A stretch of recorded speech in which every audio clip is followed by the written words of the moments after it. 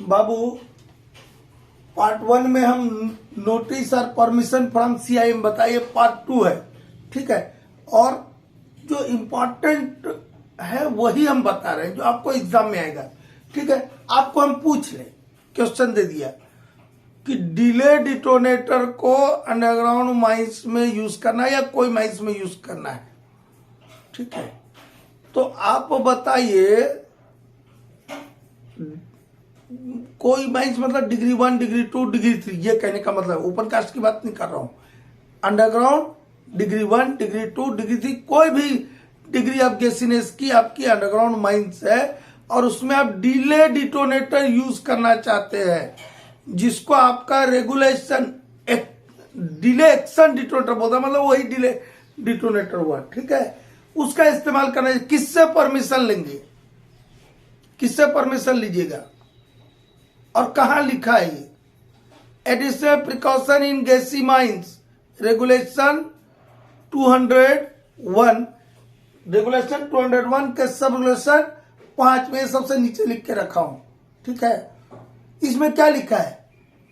Sub regulation 5 of 201 stipulates that no delay action detonator shall be used except with the permission of chief inspector of mines, ठीक है। इतना ही लिखा है।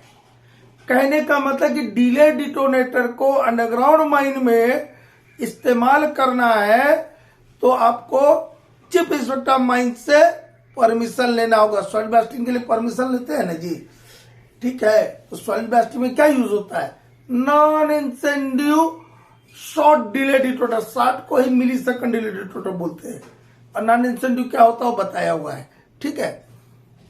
तो ये हुआ क्लियर। यदि कभी कोई टाइप का ऑब्जेक्टिव आ जाए तो याद रहेगा ना, 201 का सब रेगुलेशन 5 ये बोलता है कि अंडरग्राउंड माइन में डिले एक्शन डिटोनेटर का उपयोग तभी किया जाएगा जब चीफ इंस्पेक्टर ऑफ माइन से परमिशन रहेगा, ठीक है।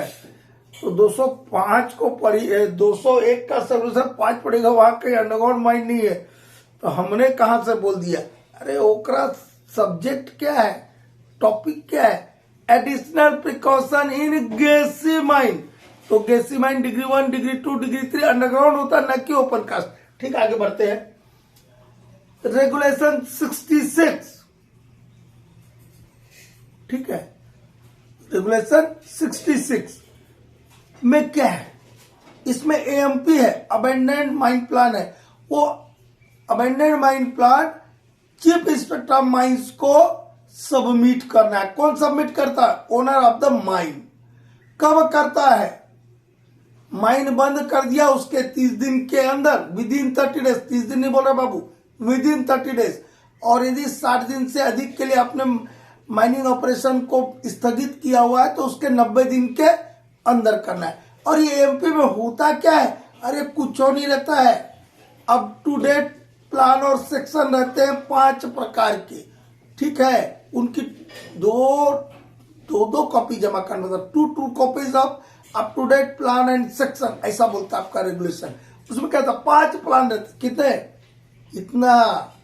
Surface plan, underground plan, section, joint survey plan और वाटर डेंजर प्लान, हो गया ना 5।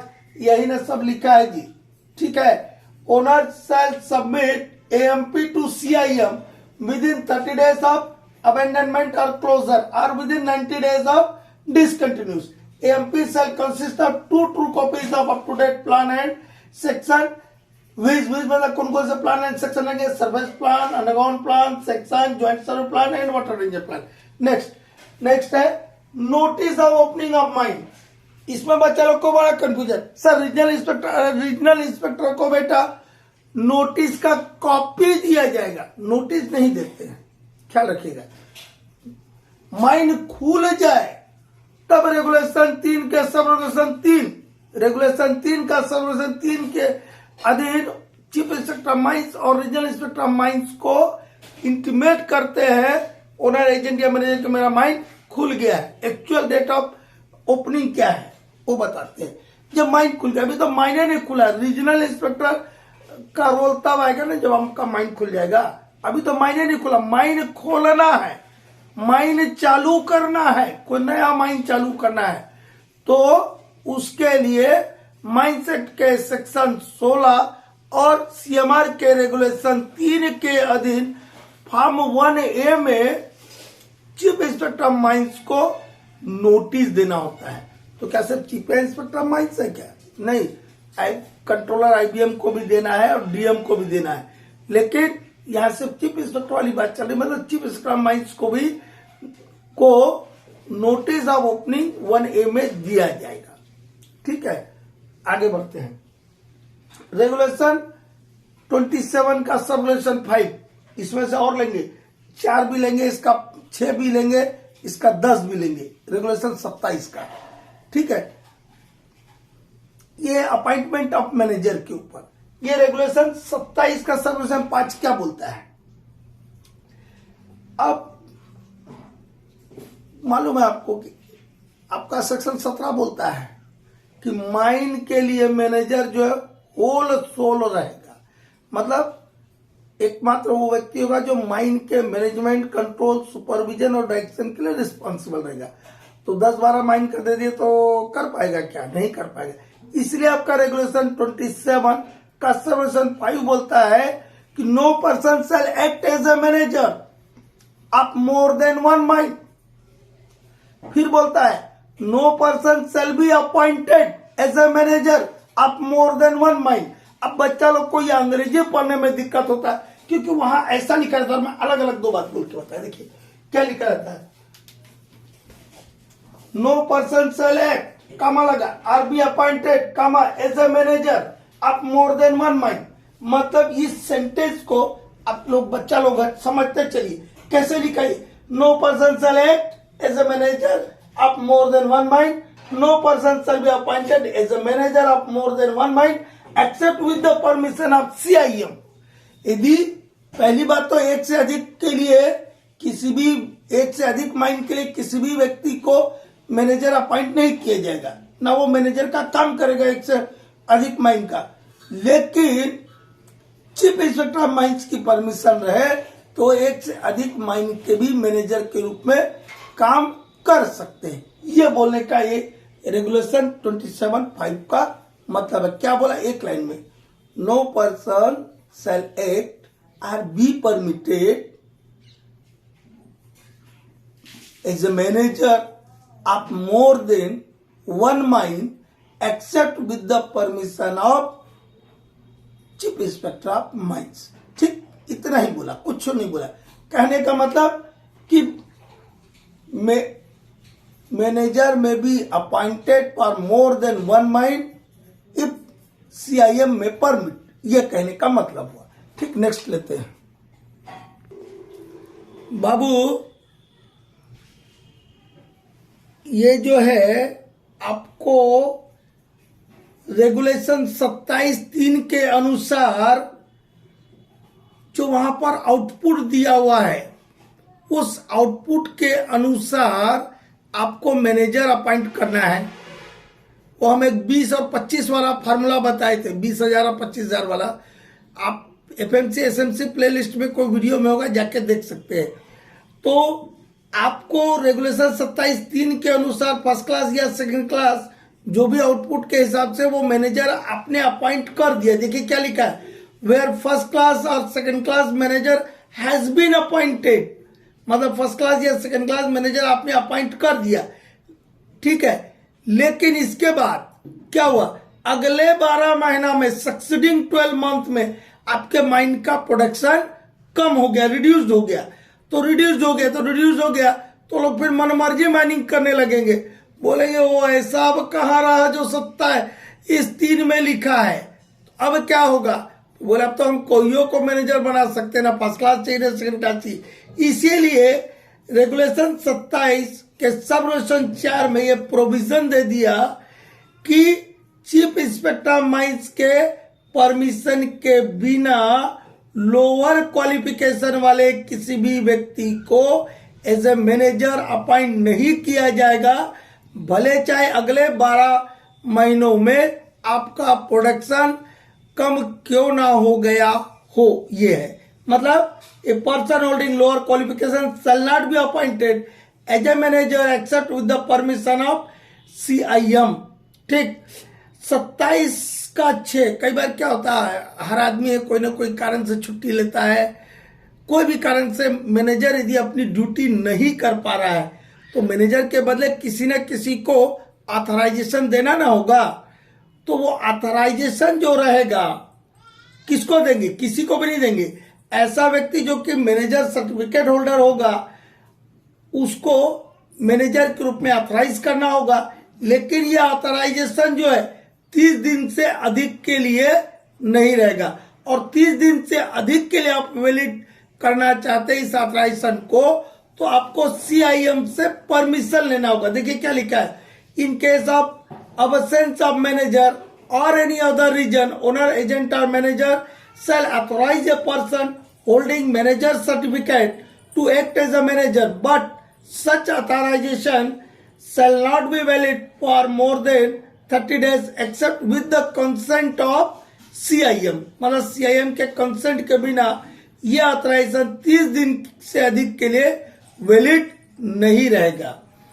रेगुलेशन 27/10। अब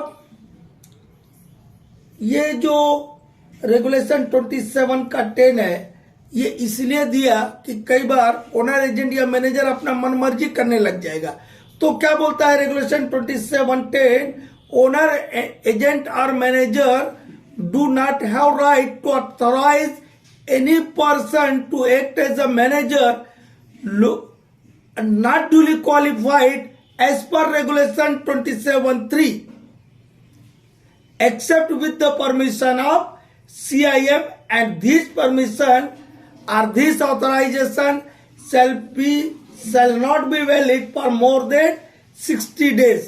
कुछ नहीं बोला कि ये जो रेगुलेशन 27(10) वो बोलता है कि ओनर, एजेंट या मैनेजर को ये कोई अधिकार नहीं है कि वो किसी भी आदमी को मैनेजर बना दे जो कि ड्यूली क्वालिफाइड नहीं है। मतलब जो रेगुलेशन 27(3) में जो क्वालिफिकेशन दिया है उसके अलावा किसी भी व्यक्ति को मैनेजर बनाने का अधिकार ओनर, एजेंट या मैनेजर को नहीं है। लेकिन यदि कोई विशेष परिस्थिति होती है कि मैनेजर बीमार हो गया है, कोई और कारण है, और ऐसे कारण है जिसमें कि मैनेजर का कोई कंट्रोल नहीं है, तब किसी व्यक्ति को जो कि रेगुलेशन 27(3) में योग्यता न रखता हो उसको भी मैनेजर बनाया जा सकता है। लेकिन ये जो ऑथराइजेशन रहेगा वो 60 दिन से अधिक के लिए वैलिड नहीं रहेगा, और इसके लिए आपको CIM से परमिशन लेना होगा। ये हो गया।